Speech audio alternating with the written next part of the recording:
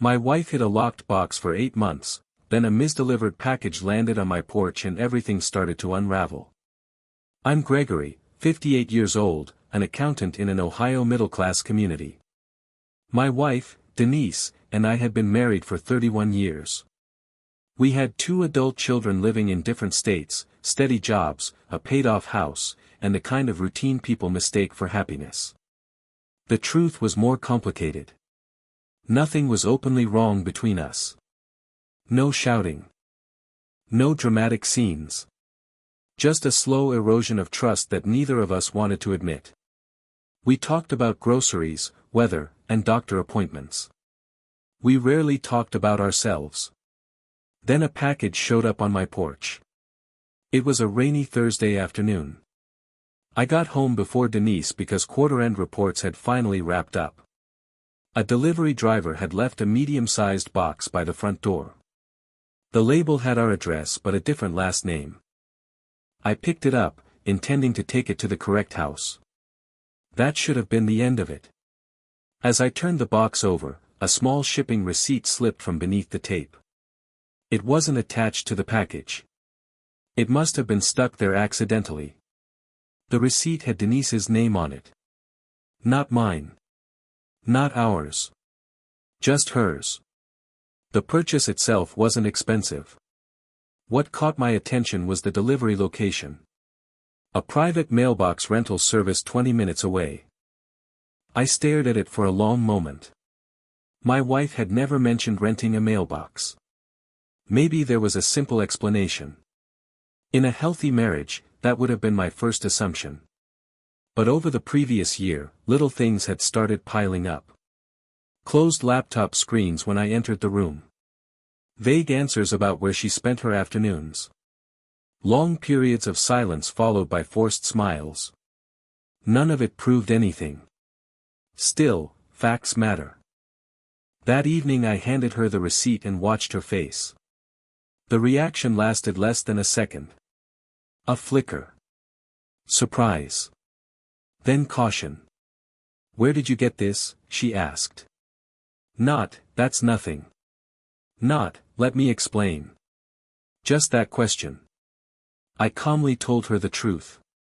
She folded the receipt, slipped it into her pocket, and said, "It's something I'm handling." Handling. That word bothered me more than I expected. Men, what would you have done? I didn't argue. I didn't accuse. I simply nodded and watched. Years of marriage had taught me something important. People reveal more when they think they've avoided a confrontation. Later that night, after Denise went to bed, I walked into the garage looking for a flashlight. That's when I noticed something I hadn't seen before. A small metal lockbox tucked behind old paint cans. And attached to it was a brand new key tag. We had only scratched the surface. What I discovered the following day made that lockbox impossible to ignore. The next morning, I left for work as usual. At least that's what Denise thought. Instead, I parked 3 blocks away and waited. I wasn't playing detective. I wasn't interested in catching my wife doing something scandalous. I simply wanted facts. After 31 years of marriage, facts matter more than assumptions. At 9:15, Denise left the house carrying a canvas tote bag I had never seen before. She drove across town. I followed at a distance. The destination wasn't a restaurant, a hotel, or anything dramatic. It was the same mailbox rental business listed on the receipt. I watched her walk inside. 10 minutes later she came out holding several envelopes. Then she drove to a small coffee shop and sat alone near the window. No secret meeting. No mysterious man. Just Denise, reading paperwork. Strange. Very strange.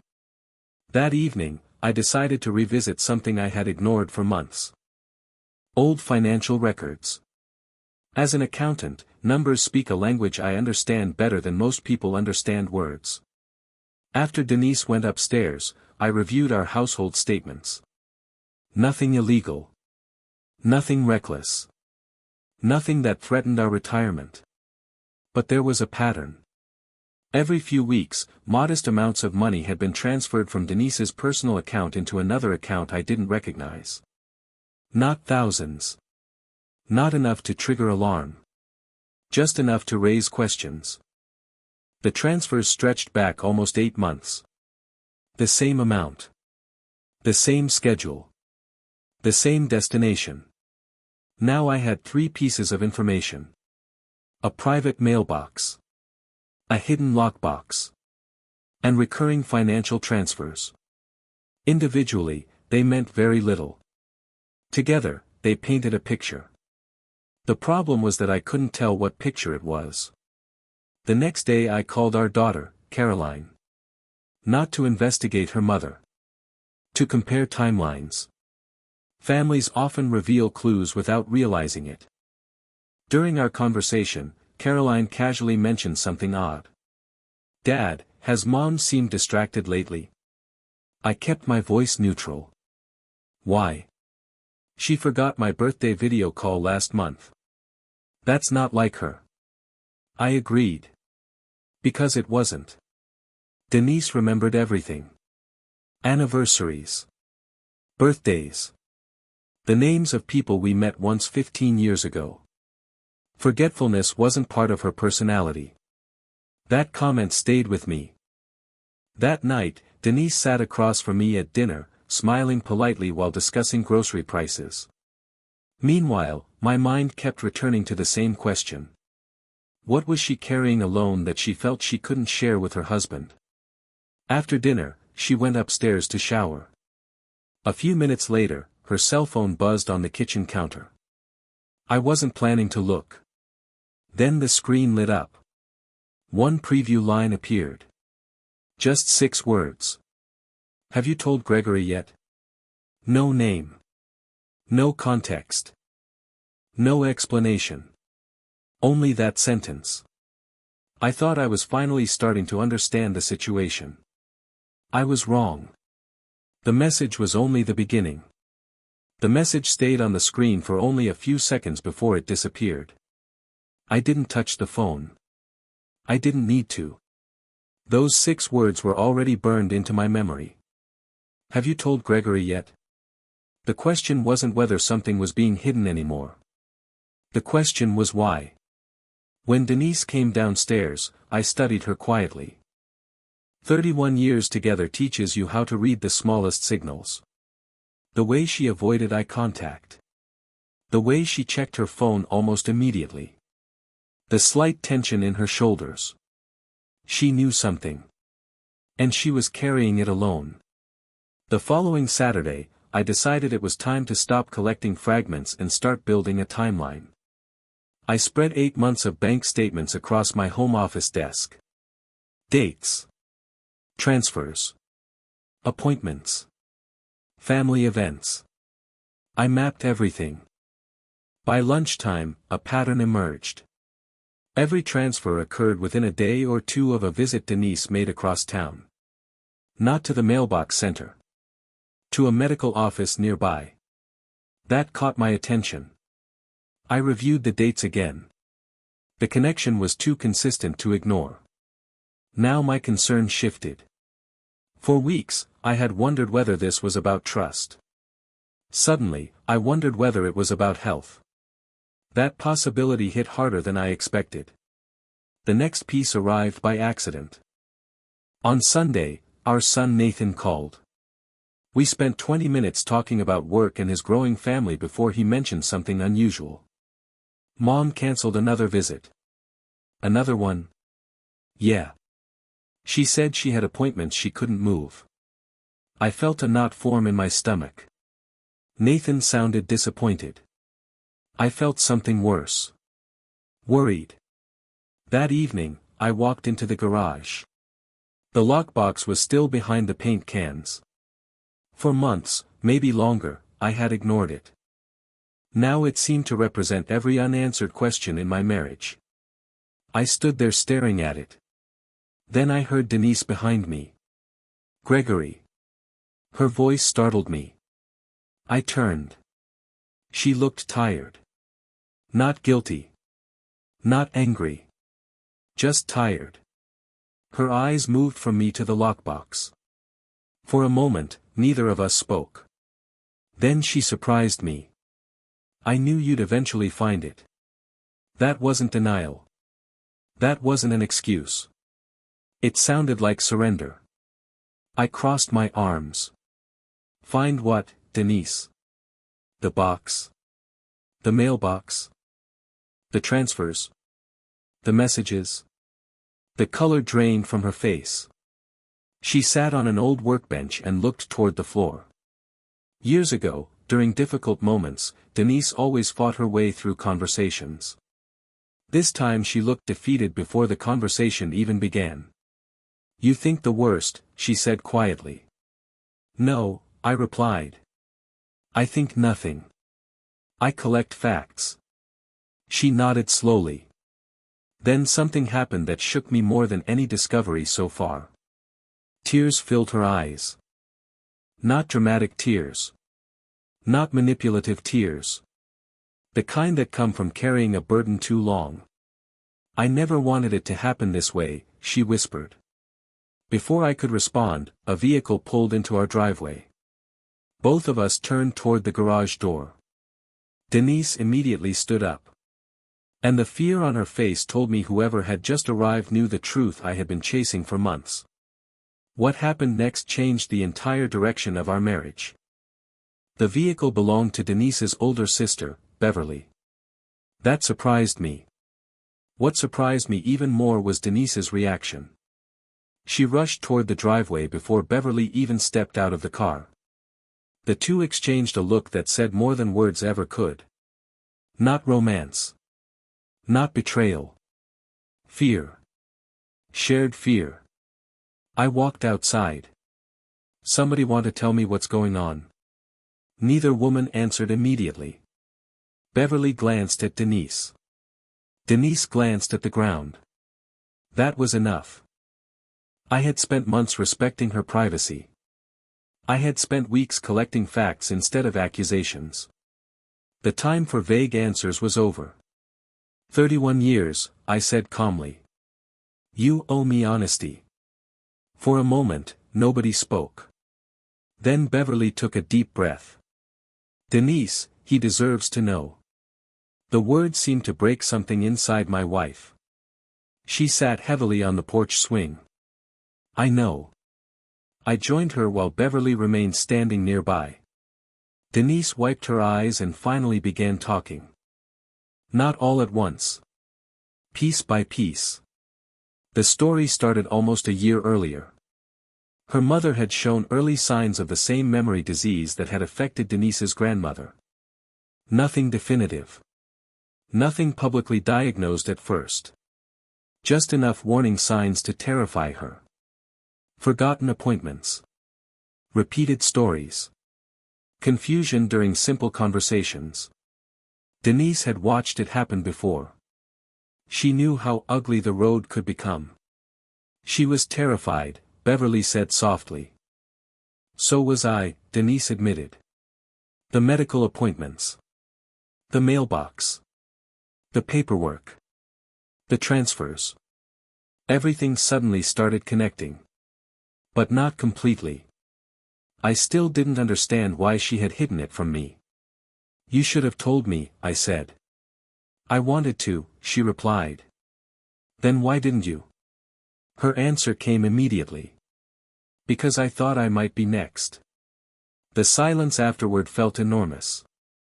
She explained that after seeing changes in her mother, she had quietly scheduled neurological evaluations for herself. The mailbox had been used for medical correspondence. The financial transfers had gone into a separate savings account. She had been preparing for future care expenses in case her fears became reality. Alone. Without telling her husband. Without telling her children. Without telling anyone except Beverly. I listened carefully.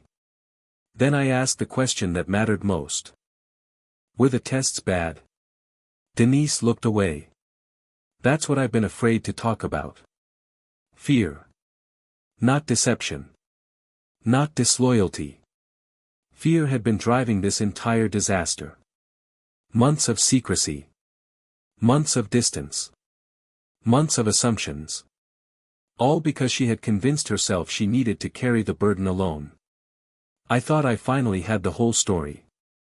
Then Beverly reached into her purse and placed a sealed envelope on the porch table. My name was written across the front. I looked at Denise.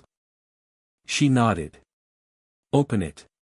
The contents of that envelope revealed the one truth neither of us had been prepared to face. The envelope felt heavier than paper should. I opened it carefully.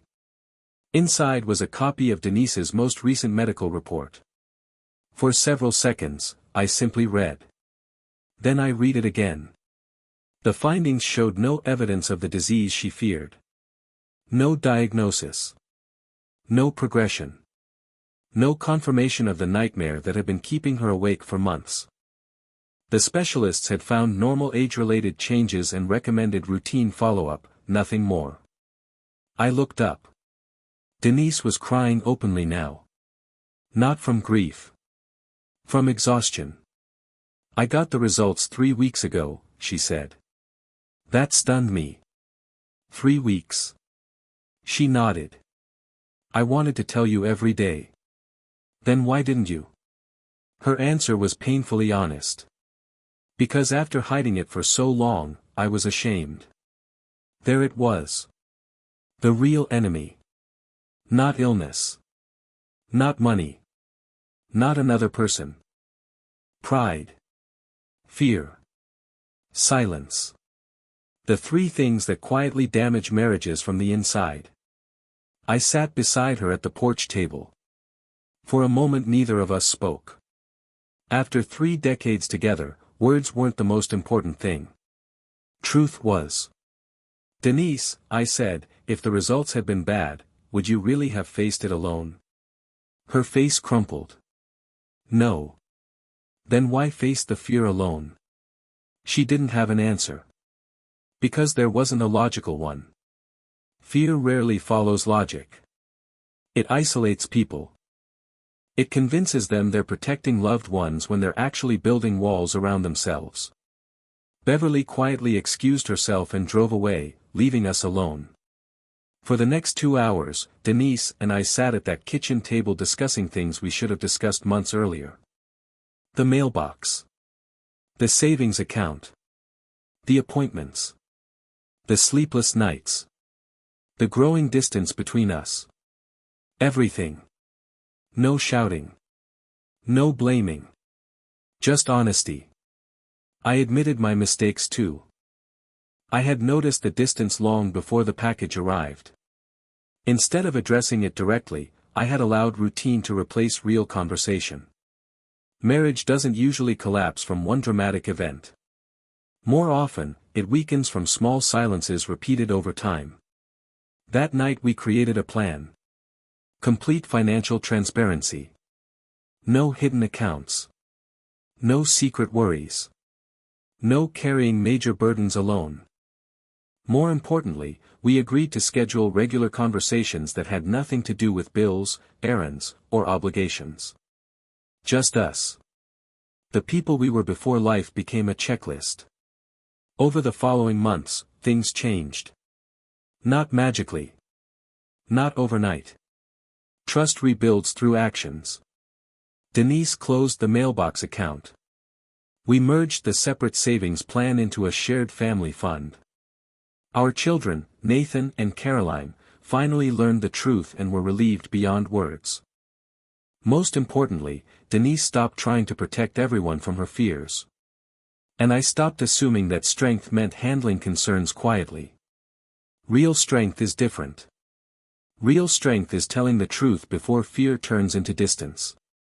Today, when I look at my wife across the dinner table, I don't see the woman who hid secrets from me. I see the woman who got scared. The woman who made a mistake. The woman who found the courage to tell the truth. And I see a marriage that survived because neither of us chose pride over partnership. I forgave her completely. Not because I was weak. Because protecting a strong marriage sometimes requires the strength to forgive. What if the greatest threat to a marriage isn't betrayal, but silence? One hidden fear nearly pushed us apart, yet a simple conversation became the turning point that brought us closer than we'd been in years.